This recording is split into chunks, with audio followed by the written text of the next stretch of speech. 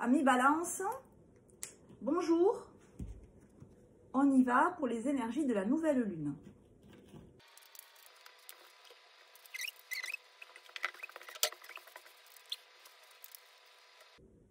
Alors pour les balances, cette première nouvelle lune de 2024 nous montre que vous êtes en plein dedans.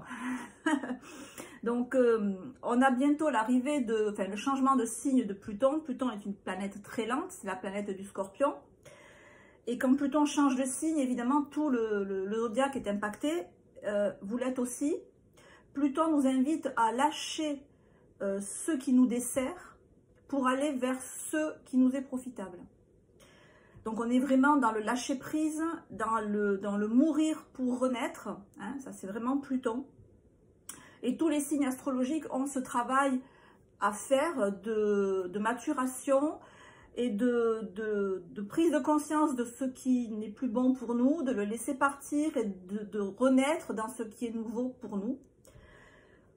Bon, vous êtes en plein dedans, hein. Les deux premières cartes que j'ai tirées, c'est la carte de la percée et la carte de la transformation. Alors la percée, ça dit quoi? La percée, ça dit... déjà, c'est deux cartes majeures. Donc on a ici deux cartes qui correspondent à des lames majeures, si vous voulez, dans le tarot de Marseille. On aurait la 11 et la 13. C'est net, ça veut dire qu'il y a, vous êtes actuellement en train de vivre une prise de conscience qui a été très dure, qui a été, voilà, ça s'appelle la percée, mais c'est vraiment cette idée-là, c'est-à-dire qu'il y en avait une sacrée couche à traverser, hein. Donc soit vous l'avez déjà traversé, soit vous êtes en train de le traverser, soit c'est imminent, voilà, c'est vraiment, là on est dans... De toute façon, on est dans le tirage de la nouvelle lune, donc on est sur un mois, hein. Donc la percée, ben oui, donc il y a eu vraiment cette idée de sortir victorieux, mais d'un truc qui a été lourd en fait, hein. On voit qu'il y en avait des couches et des couches et des couches et des couches à traverser. Alors ça symbolise vraisemblablement un travail psychologique important, là. Où on va gratter et on remonte pour voir à quel moment on a vrillé. Et une fois qu'on est bien descendu, ben, il faut remonter. C'est ce que nous montre aussi la dernière carte que j'ai tirée avec l'oracle bleu, qui est la carte de la progression et où on voit ces pyramides qui sont faites de mosaïques. C'est-à-dire que voilà, notre vie, la vôtre, mais la nôtre, est faite de multitudes de petits instants qui s'amoncellent les uns avec les autres pour faire nos expériences de vie. Et de cet assemblage d'expériences de vie, ben, on fait une vie. Voilà.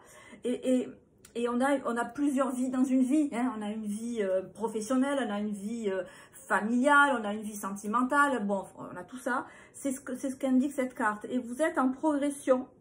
Alors, vous êtes en progression, mais vous êtes en progression, on voit que les sommets de la pyramide. Donc, vous arrivez vraiment, on est toujours en transformation, mais on est plus ou moins haut dans la pyramide. C'est aussi, ça parle aussi d'âge, en fait, hein. Je m'adresse ici à des personnes qui ont déjà un vécu derrière elles. Donc, on a cette idée vraiment de travail sur l'inconscient aussi, parce qu'on a la lune. Donc, il y a actuellement... vous êtes appelé à faire tout un travail sur votre inconscient, sur vos limitations, sur ce qui vous bloque. Alors, c'est très concret, je veux dire. Le travail psychologique, c'est pas uniquement, ça devrait pas être que derrière, sur un divan, ou avec un psychologue, ou un travail intellectuel. Ce que ça nous montre dans ce tirage, c'est très clair. On a ici le 9 d'épée inversé. Le 9 d'épée, c'est vraiment quand on se prend la tête, c'est-à-dire qu'on réfléchit à outrance. On réfléchit pour essayer de trouver la solution à nos problèmes. Pourquoi ça ne marche pas? Pourquoi j'ai pas ce que je veux? Pourquoi je ne suis pas au boulot, au stade de travail que je veux? Pourquoi est-ce que j'ai pas tant d'argent? Pourquoi est-ce que je n'ai pas ce que je veux? Je vais me poser, je vais prendre 15 jours et je vais réfléchir pour voir pourquoi je n'ai pas ce que je veux. C'est ça, le 9 d'épée à l'envers. Je vais, écoute, là maintenant, tu me laisses 1 heure ou 2. Je dois réfléchir parce que je n'y vois plus clair. Mais ce que ça nous dit, c'est que ce genre de problèmes-là, ils ne sont pas solutionnés par des réflexions intellectuelles. Ce n'est pas, et ça je pense que vous l'avez compris, ou si vous ne l'avez pas compris, ben, il faut le comprendre, que ce n'est pas en vous prenant la tête, en réfléchissant des heures, des nuits, des semaines sur pourquoi ça ne marche pas, que ça va s'arranger. La solution ne viendra pas de votre intellect. Ça, c'est ça. Voilà, c'est la seule carte qui est à l'envers ici, chez vous. C'est la carte qui vous dit, ce n'est pas en réfléchissant que tu vas trouver la solution à tes questions. Ce qui est confirmé par l'ermite, qui tourne le dos au 9 d'épée, parce qu'il sait, l'ermite, hein, c'est le sage, ça peut être un thérapeute, si c'est un bon thérapeute, mais c'est celui qui sait ce vers quoi il doit diriger sa lanterne. Et par voie de conséquence, ce à quoi il doit tourner le dos et ce de quoi il doit s'éloigner. Donc là, le conseil, il est hyper clair. Tournez le dos à cette prise de tête non-stop pour regarder quoi? Pour regarder le roi de bâton. Alors, avec les bâtons, on n'est pas du tout dans l'intellect, on n'est même pas dans l'émotionnel. C'est, voilà, c'est rare qu'on dise ça, mais ça arrive. Là, c'est une écoute, c'est même pas dans ton cœur que tu vas trouver la solution, c'est dans tes tripes. C'est une question d'instinct. C'est une question, et quand je dis instinct, je veux pas dire petite intuition fugace qui passe comme ça, petite inspiration, petit papillon qui... Non, non, non, non, non, non. On est avec le roi de bâton, d'accord? Je suis là, je suis assis, j'ai mon sceptre dans la main et je décide en fonction de ce que je ressens, d'accord? On est vraiment dans l'instinct primaire, j'allais dire. C'est presque écoute, écoute ton impulsion. J'ai pas dit impulsivité, hein. Écoute ton impulsion. On est vraiment dans l'instinct. On est vraiment dans la force de vie. C'est-à-dire qu'on est dans la série des bâtons. L'as de bâton, par exemple, ça serait le nouveau-né. Vous voyez, la force vitale primaire. On est dans la série des bâtons. Vous voyez, sur le bâton, il y a des fleurs qui poussent, il y a des feuilles. On est dans la germination, d'accord? Donc, on est vraiment dans ce qui fait qu'on est en vie, dans la force de vie, pas intellectuelle, pas émotionnelle. Nous, qu'on est vivant, qu'on a du sang qui coule dans les veines, qu'on a les cheveux qui poussent, les ongles qui poussent, cette espèce de force de vie qu'on ne maîtrise pas, qu'on ne sait pas pourquoi elle est là, on ne sait pas pourquoi, mais on est là. Elle est là avec nous et on sait que si elle n'est plus là, on est mort. Donc, c'est cette essence-là qu'on vous demande de toucher pour avoir cette percée. C'est dire si les couches que vous avez à traverser, elles sont profondes. Parce que pour aller chercher cet instinct de vie, j'allais dire cet instinct de survie, c'est que vraiment, vous êtes ou vous étiez au 36e dessous de vous-même. Hein? Peut-être que extérieurement, ça ne se voyait pas. Mais en vous, c'est même pas que vous étiez l'ombre de vous-même, c'est que vous étiez un invité chez vous, quoi. Je veux dire, il y avait très peu de vous en vous, en fait. Je sais pas si... Le vrai vous, il n'était pas avec vous. Le vrai vous, il était enfoui complètement, le vrai vous. Mais tellement enfoui que même vous, vous ne le voyez plus. Même vous, vous ne saviez plus où vous étiez. Et même vous avez pu oublier qui vous étiez. Donc, parce que le roi de bâton. Parce que pour faire l'évolution que vous devez faire, il faut aller chercher l'instinct de survie. L'instinct de survie. Qu'est-ce qui fait que vous n'avez pas envie de mourir? Bah, si je résume tout, c'est tout simple. Qu'est-ce qui fait aujourd'hui, là maintenant, au moment où vous me regardez, que vous n'avez pas envie de mourir? Qu'est-ce qui fait? C'est la question que pose le roi de bâton, hein. C'est pas moi, hein. Moi je... L'ermite, il est clair. Il est clair. Et il dit, là maintenant, sois honnête. Qu'est-ce qui te donne envie de rester qu'est-ce qui te donne envie de rester en vie? Qu'est-ce qui te donne envie? De quoi tu as envie? Parce que là, on est dans les envies.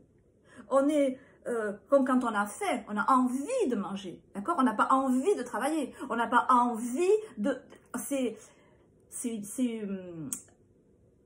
on est dans le charnel presque. D'accord? Donc, on n'est sûrement pas dans de l'intellectuel. Donc, le message clair, net et précis, arrêtez de vous prendre la tête. Ne cherchez pas la solution en réfléchissant des heures, des jours, ça ne sert à rien. Vous ne trouverez rien. Vous ressortirez comme vous êtes rentré, bredouille. Donc, va chercher à l'intérieur de toi. Mais à l'intérieur, et puis, pas juste ce qui t'inspire, ce qui te fait chantonner, ce qui te fait avoir envie de discuter, ce qui fait que tu passes une bonne après-midi avec des amis. Non, non, non, non, non, non, non, non, non. Ah là là, non, non, non, on n'est pas là. Hein. Là, on est vraiment... On est dans du vital, on est dans de la survie. On a l'arcane 13, d'accord? Dans le tarot, c'est la non-nommée, c'est l'arcane qui représente la mort, entre guillemets, la mort symbolique. Bon, ici, avec Osho, on n'a pas ça, mais on a aussi cette idée. C'est la même idée. Et donc, pour répondre à ça, ben, roi de bâton. Alors, ce qui est bien, c'est que le roi de bâton est à l'endroit. Donc, ça veut dire que vous avez déjà, que cet instinct de vie, cette pulsion, c'est une pulsion de vie, elle est là. Et c'est du roi de bâton, donc vous devez bien la sentir quand même. Peut-être même vous l'avez dit, oh, je la sens même un peu trop fort en fait, hein, parce qu'on a un ermite très posé, très calme, très... vous voyez, les deux tiennent un bâton, hein, mais l'ermite, il tient son bâton pour avancer posément, et le roi de bâton, il tient le bâton pour en découdre. Hein. Hein, le bâton de l'un est en pleine floraison, le bâton de l'autre, au contraire, il s'amenuise vers la fin parce qu'il est plus dans l'intellectuel, il est plus dans la recherche de la compréhension, de la sagesse, de l'avancée spirituelle. Le roi de bâton, il n'est pas du tout dans l'avancée spirituelle, hein. Ou alors il est au-delà. Il a déjà tout oublié, il a compris qu'il fallait vivre maintenant. Hein. Alors, ce qui est aussi amusant, c'est qu'on a ce petit espèce de lézard au pied du roi de bâton et au pied de la reine de bâton, on a un chat noir. Donc, on est vraiment avec le bâton dans l'animal. Ami Balance, réveillez l'animal en vous. On dirait une mauvaise pub, mais c'est ça en fait. Alors en plus, c'est même pas réveiller l'animal, parce qu'il est réveillé l'animal, d'accord? Simplement, il faut accepter de le voir. Vous êtes là avec votre petite lanterne. Qu'est-ce qui se passe? Il y a quoi? Il y a un roi de bâton. Voilà. Vous tombez pas sur un petit escargot. Vous tombez pas sur une petite pâquerette qui sort de la terre. Non, vous tombez sur une énergie colossale. Vous tombez sur une énergie royale. Vous tombez sur une énergie yang à l'extrême. Il n'y a pas plus yang que le roi de bâton. Il n'y a pas. D'accord? Donc, il faut vraiment là, pour percer, c'est vraiment ça, il faut percer. Il faut percer. Avec cette énergie-là. Et avec cette énergie-là, on atteint quoi? Et ça se commente pas, c'est j'adore, mais j'adore quand ça fait ça. On a le soleil en balance, la carte de l'harmonie. Donc ça tombe bien, ça tombe bien. Parce que c'est avec cette... Quand vous aurez reconnu, et peut-être êtes-vous en train de le reconnaître, là, maintenant. Vous êtes en plein dedans, là. Vous prenez conscience de cette énergie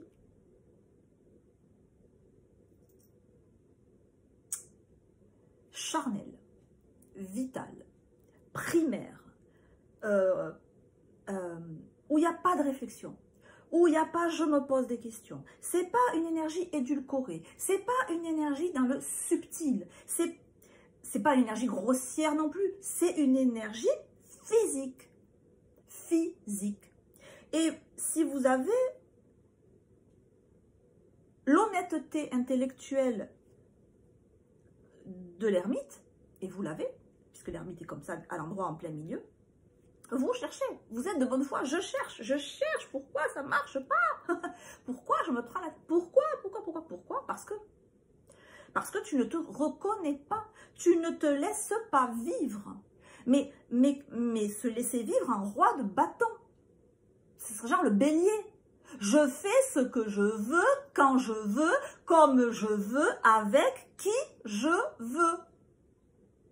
Je n'ai de compte à rendre à personne. Il y a presque une idée de brutalité. Alors, je ne dis pas que vous allez castagner. Je dis simplement que c'est l'énergie du bélier astrologique. Je fonce. Qui m'aime me suive. Tu veux pas me suivre? Je m'en fous. Moi, j'y vais. Je me fais passer en premier parce que je suis le roi. Et quand moi, je passe en premier, ben, je sais que toute ma famille, j'allais dire, ben, ils vont venir avec moi. Mais moi, je suis devant. C'est moi qui ouvre le chemin. Je suis l'énergie qui te fait vivre. Je suis l'énergie qui te fait avancer, qui te fait vouloir respirer, qui te fait vouloir manger. Qui te fait vouloir profiter de la vie à ta manière, comme un roi. On n'est pas dans la douceur des sentiments. On n'est pas dans la balance. Là, pour le coup. Hein, censé être dans la balance, non. On n'est pas dans, ah oui, mais peut-être que je veux pas t'offusquer si je dis ça. Ah, mais je respecte ton choix. Non. Non. Je suis le roi de bâton. Moi, pour percer, c'est ma vie, moi. J'ai besoin de percer. J'ai besoin de rester en vie. Et pour rester en vie, je te dis, voilà, moi je pense ça, c'est ma vie, on fait ça, point, au revoir. Et avec cette brutalité, avec cette spontanéité, peut-être. Soyez spontané. C'est dur, hein? Parce que si on est spontané, on ne réfléchit pas aux conséquences. Avec cette spontanéité, avec cette non-réflexion, non-canalisation, non-bienséance, non-politesse, non... vraiment, ça me gratte. Faites pas tant attention aux autres. Là, il ne fait pas attention aux autres. Il n'est pas dans l'agressivité. Non, ce n'est pas une question d'agressivité. Il est dans le respect de ses valeurs à lui. Et avec cette, j'en terminerai par là, avec cette espèce de sain égoïsme,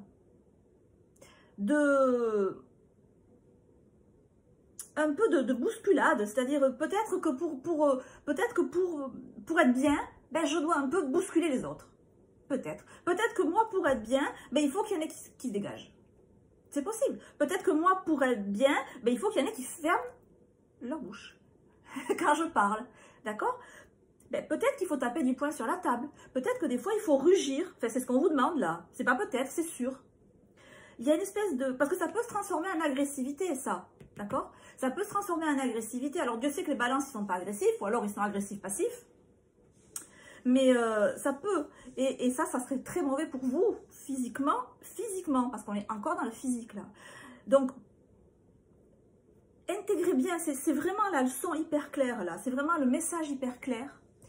La leçon divine, hein, pas la leçon maître d'école, hein, que, je déteste quand je fais ça, que c'est en étant un peu irrespectueux, un peu ce que vous pouvez considérer comme étant un peu de brutalité, que les autres vont considérer comme étant de la spontanéité, hein, parce que chacun va midi à sa porte. C'est en vous autorisant peut-être cette espèce de brutalité, cette espèce d'impétuosité, que vous allez avoir l'harmonie, c'est-à-dire que vous allez avoir la paix, que vous allez avoir la tranquillité, que vous allez pouvoir être vous-même. Parce que là, pour l'instant, vous n'êtes pas vous-même. Vous n'êtes pas vous-même. Soleil en balance. Je suis en train de parler des balances. Donc, pour être le soleil en balance, c'est-à-dire le soleil, c'est l'endroit où la personnalité s'exprime. Si la balance ne s'exprime pas dans la balance, ben, elle est à côté de ses pompes, la balance. comme tout signe astrologique, qui n'aurait pas son soleil chez lui. C'est pas possible. Ou alors, c'est quand on s'enlève. Hein? C'est-à-dire que, consciemment ou inconsciemment, on se retire de soi-même. Je m'enlève de moi-même. Je me retire de ma vie. Je me retire parce que tellement ça ne me convient pas, tellement je ne supporte pas. Voilà, bon, je ne vais pas rentrer dans les détails.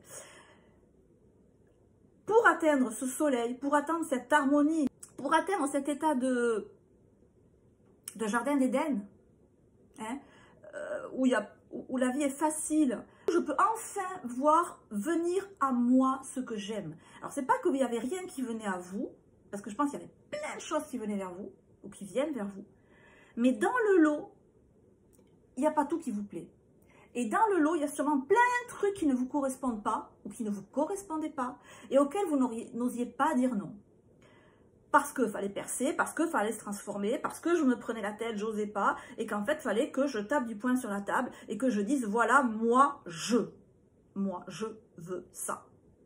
Laissez-vous vivre, laissez la vie que Dieu vous a donnée s'exprimer en vous, à travers vous, quelles qu'en soient les conséquences. Il n'y a pas d'autre solution pour passer, dépasser, percer la situation que vous avez à traverser.